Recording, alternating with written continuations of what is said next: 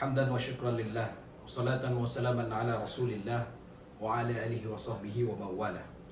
Allahumma salli ala sayyidina Muhammadin al-fatihi lima ukhliq wal khatibi lima sabaq nasiril haq wal hadi ila siratikal mustaqim wa ala alihi haqqa qadrihi wa miqdarihi al-azim. Amma ba'd. Hadirin yang dimuliakan oleh Allah Subhanahu wa taala. Alhamdulillahirabbil alamin, segala puji bagi Allah Subhanahu wa taala. Allah telah memberikan kenikmatan kepada kita. Allah memberikan umur panjang kepada kita agar kita dapat bersyukur dan menikmati segala nikmat yang diberikan oleh Allah Subhanahu wa taala. Salawat dan salam kepada kehadiran Nabi besar Muhammad sallallahu alaihi wasallam. Beliau merupakan kekasih Allah. Beliau merupakan pemimpin dari segala pemimpin di dunia ini. Hadirin yang dirahmati Allah Subhanahu wa taala. Pada kesempatan yang kali ini, mari kita merenungkan satu ayat Al-Quran, yaitu surah Al-Ma'idah ayat 87. Allah Subhanahu wa taala berfirman yang berbunyi, A'udzu billahi minasy syaithanir rajim. Bismillahirrahmanirrahim. Ya ayyuhalladzina amanu la tuharrimu tayyibati ma ahallallahu lakum wa la ta'tadu innallaha la yuhibbul mu'tadin. Shadaqallahul azim. Yang artinya, wahai orang-orang yang beriman, janganlah kamu haramkan apa yang baik yang telah Allah halalkan bagimu, dan janganlah kamu melampaui batas. Sesungguhnya Allah tidak menyukai orang-orang yang melampaui batas. Quran surah Al-Maidah ayat 87. Hadirin yang dimuliakan Allah Subhanahu wa taala. Ayat ini turun sebagai peringatan kepada orang-orang beriman agar mereka tidak mengharamkan apa yang telah dihalalkan oleh Allah Subhanahu wa taala. Ada sebagian sahabat yang berniat meninggalkan kenikmatan dunia, seperti tidak ingin menikah, tidak makan daging, atau tidak tidur di malam hari. Tapi Allah menegur mereka melalui ayat ini. Apa pelajaran yang dapat kita ambil dari ayat tersebut? Pertama, Allah ingin hidup seimbang. Allah ingin Islam adalah agama yang penuh rahmat dengan keadilan.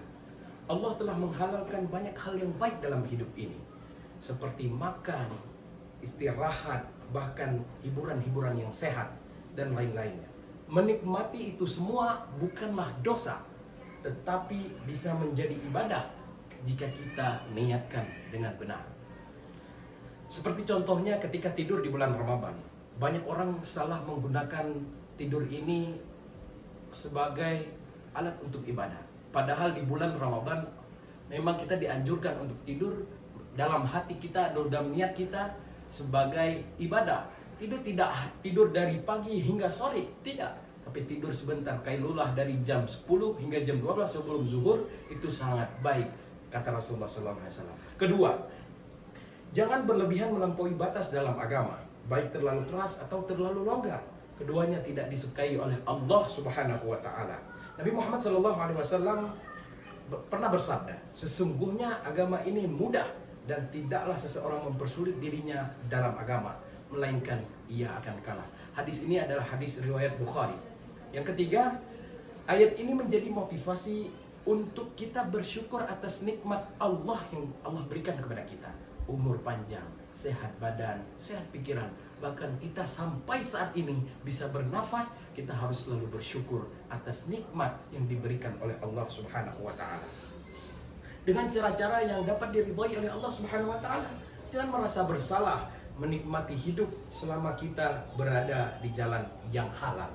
Hadirin yang dirahmati oleh Allah Subhanahu wa taala, marilah jadikan ayat ini salah satu ayat yang dapat kita renungkan bersama. Jangan sampai kita hidup melampaui batas, jangan sampai kita hidup dengan apa yang telah dihalalkan oleh Allah Subhanahu wa taala lalu kita haramkan.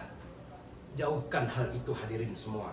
Marilah kita jadikan ayat ini sebagai pengingat untuk hidup dalam keseimbangan, beribadah dengan kesehatan, hubungan sosial, dan keseimbangan diri. Jangan terlalu membatasi hidup diri karena Allah tidak membebani hambanya di luar kemampuannya.